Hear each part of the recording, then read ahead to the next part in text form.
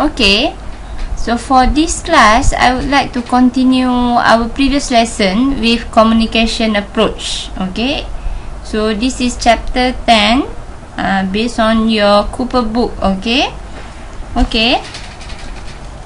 So there are three communication approach that usually used by the researchers: self-administered survey, telephone survey, and survey via personal interview. Okay, wait for the slide.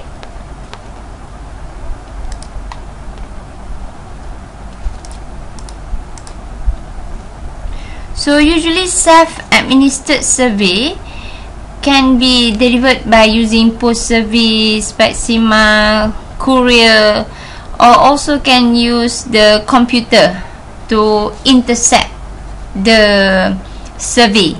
Okay, so this one is self-administered survey, or sometimes if you go physically to the location, not using computer to intercept, meaning that you conduct one program or you go to one event, and then after finish the event, you ask the your sample or the selected respondent that you already know, then you will give the questionnaire for them to fill up. So this is the intercept. Okay, and next is telephone survey. So you can use the telephone to interview. Okay, so this telephone interviewing actually remains popular because of the diffusion of the telephone service nowadays. Okay, and then the survey via personal interview. Okay, so actually this personal interview have major advantages, okay, to get in-depth finding from the respondent compared to the other two communication approach. And there are several modes of self-administered surveys. So I already go with you before this. We can use mail, drop off, fax, okay, and then computer, this by mail, and also intercept, as I mentioned just now. And then this self-administered survey actually have some several advantages. Can reduce the cost if you give the survey by using the internet, and then you can access the sample. Time constraint, if you have time constraint, then this is the best method that you can use. And then this self-administered survey also allow the anonymity. Okay, meaning that your respondent, you will inform your respondent that this is only for him or for her, without revealing their name or whatever identity of them that they have. And then you also can cover your topic of research. So this one I already explained in the class about the total design method, because all communication approach have their advantages and also disadvantages. So this Don Dillman propose the total design method. So in general, when you want to design your questionnaire, make sure it is easy to read, offer clear direction, include personalization, notify in advance, and encourage response. So I already explained all these 5 in our last class. Okay, so just now I mentioned to you that why the survey can reduce the cost compared to telephone and also the personal interview, because you can use internet, okay, but it involves some cost, okay, but not as much as another two communication approach. So for web-based survey, there are 2 types. You can use the fee-based service like SurveyMonkey, and also surveying software. So you have option actually. You can use it by yourself, or you can ask other people to make this for you. In using the surveying software, of course you need to know some coding in order for you to customize your questionnaire to your research need. So these are the advantages of surveying software.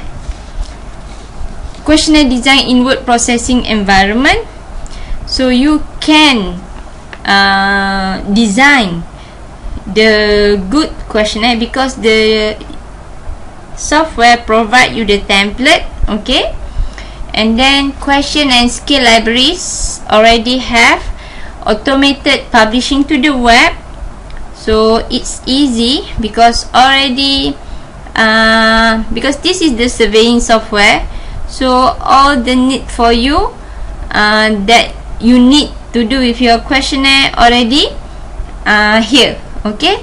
Real-time viewing of incoming data, okay. So you can see the real-time viewing of incoming data. Once you collect data, and then you can, if you open up the software, then you can see the real-time, okay. And then rapid transmission of result and flexible analysis and reporting mechanism. For example, if you use this survey software,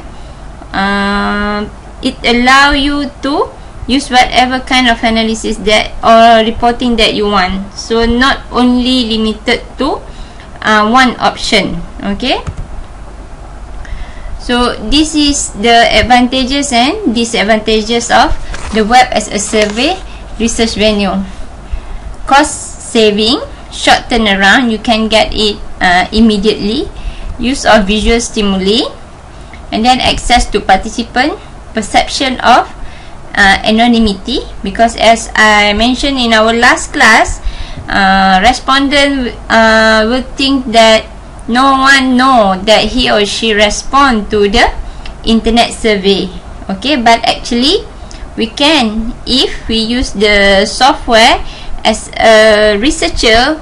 When we do coding, we can make the code so that we will know which respondent that do not respond yet, and we can go to them directly or follow up them, okay. And then access to data and experiences otherwise unavailable. Disadvantages: recruitment, coverage, difficulty developing probability samples, technical skill. Yeah, of course you need technical skill if you want to customize your questionnaire. And then system compatibility issues sometime, okay. Respondent cannot open up your questionnaire because of the system compatibility issues. And then this web survey actually is appropriate if your sample use the internet. If they do not use the internet, then this web survey is not working for you. So look at your respondent, who are they. So actually it is difficult to develop the probability samples. You only can reach your respondent who use the internet, okay. And then sometimes it's also possible self-selection bias, okay. Right, because you just go for this, for example, this particular Facebook or whatever website lah. For example, if you want to reach students, only that. So self-selection bias actually, okay. However, in self-administered study, the survey, okay, the survey itself, we are not talking about the web-based survey just now. It can access inaccessible participant. You can give incentive for higher response rate, okay. You can provide incentive in order for you to get higher response rate, and this is the lowest cost, okay, compared to the three approach just now, the telephone and also the personal interview. So this self-administered study is the lowest cost, and then in terms of geographic coverage, minimal staff needed, perceived anonymity and reflection time. Question complexity also, you can, in terms of the question complexity, okay. And then rapid data collection, visual possible, multiple sampling also possible. So it's up to you, okay. So you can control, as a researcher, you can control your participant, okay. But the disadvantage of this self-administered study, low response rate in some modes. If your question is too complex, then sometimes the respondent don't want to reply. And then no interviewer intervention. Compared to the personal interview, you can do something to how to say, in order to make the response rate higher. So you can do, you can probing them. And then this self-administered study also cannot be too long, and actually cannot be too complex. If you're not an experienced researcher, you tend to make a complex questionnaire to your respondent, and it is not good actually, okay. There are some rules that you need to know in order for you to get higher response rate. Sometimes this complexity make respondent, not motivated to answer all the question. That's why the conceptualization, the operational definition of your variable is very important in research. And you also need accurate list, okay, accurate list to access your sample. Okay, skewed response by extremists. Okay, skewed response by extremists. Okay, so usually this self-administered study, you use the questionnaire, and then when you use the questionnaire, why this skewed response by extremists? Because, for example, the respondent feel, we already discussed in our last class. Sometimes they are thinking that, oh, I don't want to. Even they have their own perception, but in the paper they write the common one, okay. And sometimes because you don't check your question, you don't have the balanced question, you need to put some negative question in order to catch up which respondent that that really answer your question, how to say, sincerely, okay. So that's why you need to put that kind of question, so that you can avoid this skewed response by the extremists.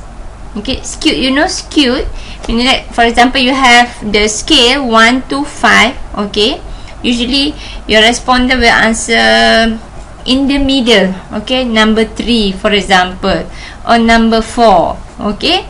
But the skewed response, sometimes they put 1, okay, totally skewed, the extreme, or they answer 5. So 1 and 5, actually this is to deviate from the mean, okay. And then participant anxiety, possible, okay. I already explained also in the in our last class. For example, looking at your questionnaire, and then sometimes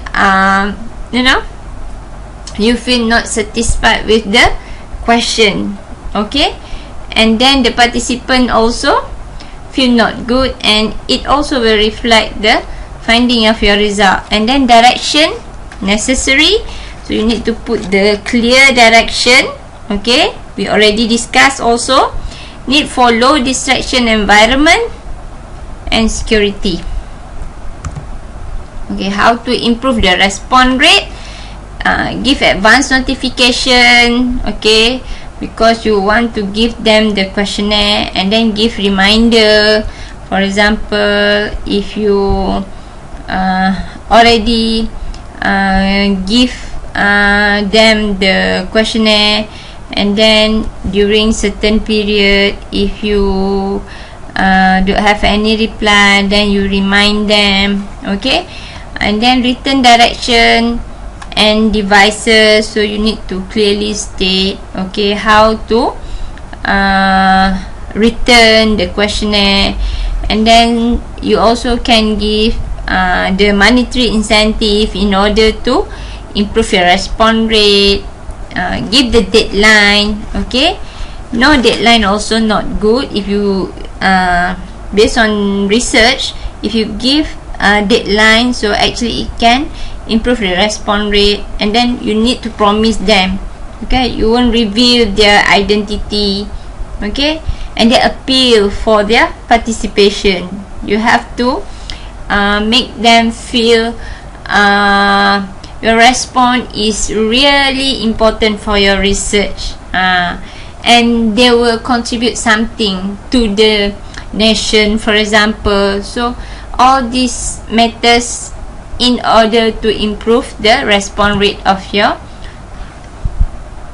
research. So telephone survey, you can use the traditional where you yourself phone, or you can use the computer aided telephone interview system, meaning that using the computer, okay. And also computer administered have some have some human touch, and also have the computer, okay, to conduct it, okay. So this telephone survey, okay, actually we can say that among the three approach that we have looked at, so this is the moderate, okay, the moderate. So lower cost versus to personal interview, okay. Personal interview is the highest one. And then wide geographic coverage, fewer interviewers, and then can reduce interviewer bias, because they only can listen to your voice, okay, or computer voice. So no bias in terms of the interview itself. And then fast completion time, and then you can make random dialing to make sure the random, okay.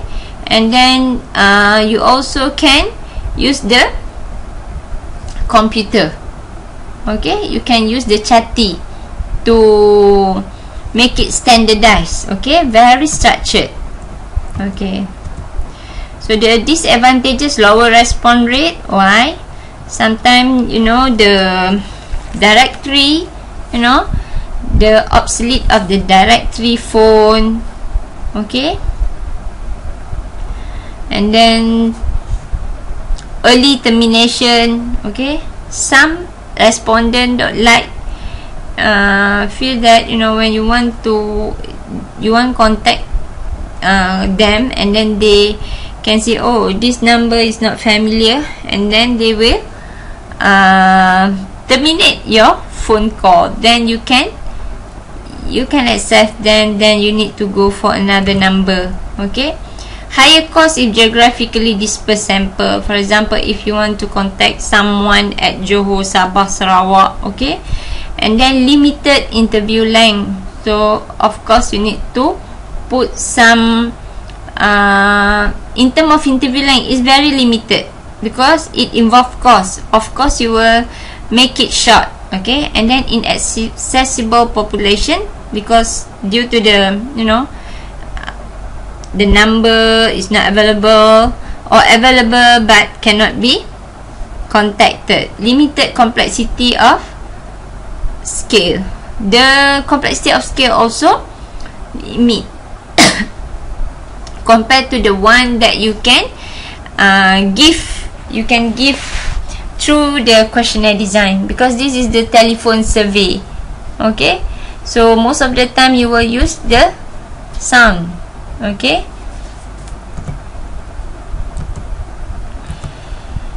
Okay, survey via personal interview. Sometime so this CHP is a computer aided personal interview, meaning you can use the computer to personal interview. Just now I mentioned that personal interview is you yourself. Okay, you yourself interview that person, but by using the CHP, computer aided personal interview, meaning that you also use the computer to assist you or intercept. Okay, for example, maybe you can mix first the operator, then say something, then based on it, then give the survey through the CHP. Okay, so advantages of the personal interview survey: good cooperation rates, interviewer can probe and explain, visual aid possible, illiterate participants can be reached, interviewer can pre-screen. Okay, you will know better your respondent by looking at them, and you will know that they really know about the subject matter that we ask them. Okay, and also allow the CHP to be used during the personal interview. Why? Because this personal interview you can control, you are there with them. Okay, so you can rapport with them to get the good cooperation, and then you can see them. Looks like, by looking at their faces, they can't understand, then you can explain to them. If possible, you can use the visual aids, okay, to make the things clearer, so that you can get the good result from them. Okay, and also illiterate participants, meaning that they don't know how to write. Okay, sometimes they don't know how to write, sometimes they only can speak, so you can access this kind of participant. However, this personal interview survey of course involve high cost. Okay, need for highly trained interviewers. If you ask for somebody else to interview, so you need to train the interviewers so that you can get the all advantages that we already discussed. And of course, it is time consuming because you need to know, you need to schedule the time based on the respondent. Labor intensive. Okay, labor intensive, you want to do it in quick, so you need to hire more interviewer, and then labor intensive, you need labor intensive, and also you need to train. To train also you need cost, not only the cost that involve when you want to go there, and then you need to spend time, but also you need to pay. Okay, the transportation. Okay, and then some unwilling to invite strangers into home, sometimes they refuse to be interviewed, and then this is now the interviewer bias possible comes to this matter. Why? Because they can see you, based on your appearance. It will give some how to say, sometimes they will feel not good looking at you yourself.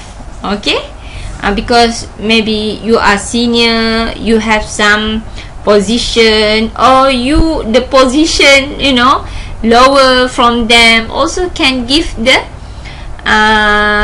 some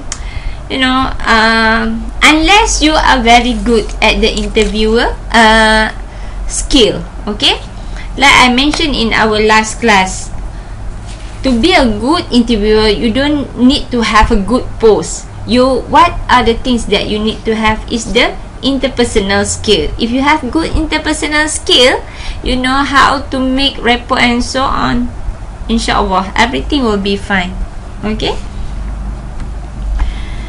so this is the end of this topic. The end of this topic, meaning that after this we can have mid-sem. Okay, so I would like to conclude here that actually whatever communication approach that you want to use, okay, you need to choose that can suit to your need.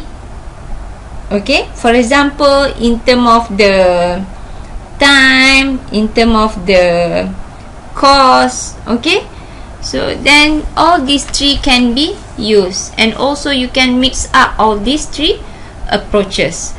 Okay, with that I thank you. See you in our next class on this Wednesday.